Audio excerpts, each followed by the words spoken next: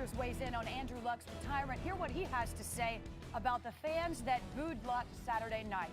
Rob Gronkowski leaves the door just slightly open about a possible return, but how soon might we see Gronk back on the field? And the Patriots take an off-season trip to Israel. Mike Reese takes us along for their emotional journey. Hello there, happy to have you with us on this Tuesday afternoon. I'm Wendy Nix, Dan Graziano, Keyshawn Johnson, and Rob Ninkovich here with you for the next 90 minutes. The truth and the fourth and final week of the NFL season underway for the Dallas Cowboys inside of just 2 weeks, with Dallas opens the season against the Giants. Ezekiel Elliott continues his holdout. Yeah. He's not there. Chilling. Cabo. In Cabo. There we go. He's looking for a new deal. He's got 2 years remaining on his current contract, but hoping to be among the highest paid, if not the highest paid, running back in the league. Again, 1 week to go in the preseason before things get serious next week. Here's Ed Werder with the latest. Well, Wendy, I exchanged text messages last night with Hall of Fame running back Marshall Faulk. He's been in Cabo San Lucas training Elliott so he can be ready to play when the contract is resolved. Faulk told me Elliott's fitness level is great, but that's not the same as being in game shape. Faulk intends to close the gap by putting Elliott into what he called active game situations, saying the only thing that can't be simulated is the contact required in the NFL. Like Elliott, Faulk and Eric Dickerson are represented by agent Rocky Arsenault. Both Hall of Fame running backs have been publicly supportive of Elliott. And I asked Faulk whether he believed that Elliott was willing to miss games over his insistence on becoming the highest paid running back in the NFL. Faulk countered with a question of his own. Wendy, he said, the question is, are the Cowboys willing to have him miss games because they don't believe he should be the highest paid running back? Ed, thank you. And Ed, of course, reporting the latest a few days ago, which was, and Dan, you can correct me if there's been anything additional, that the last offer came from the team.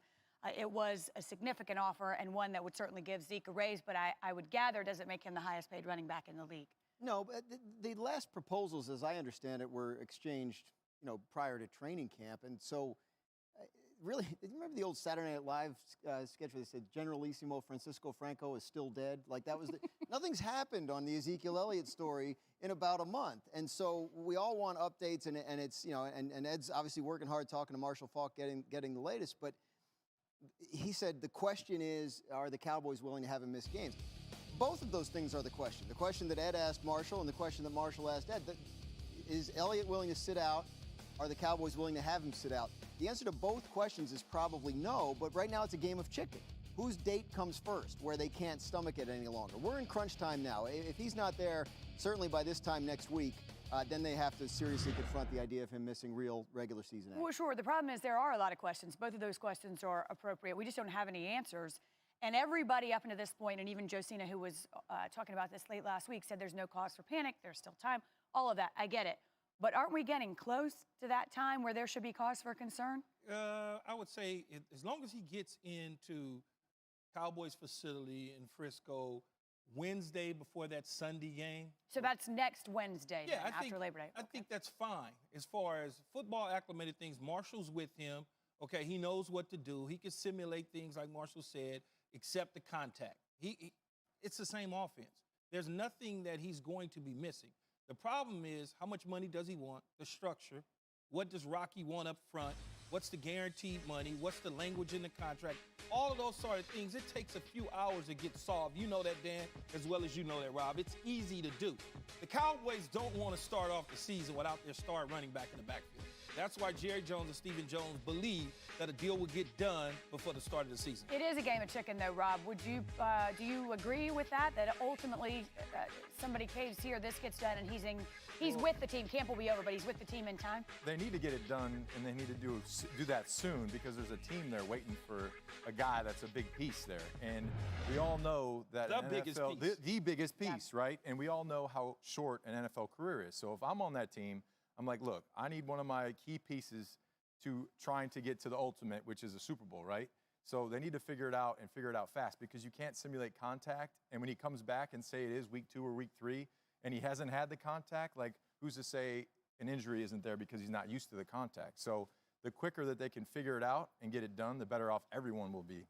Yeah, the question is tolerance, right? The Cowboys don't want him to miss games. They have high hopes. They believe they have a great defense. They're excited about the offense with a full season of Amari Cooper.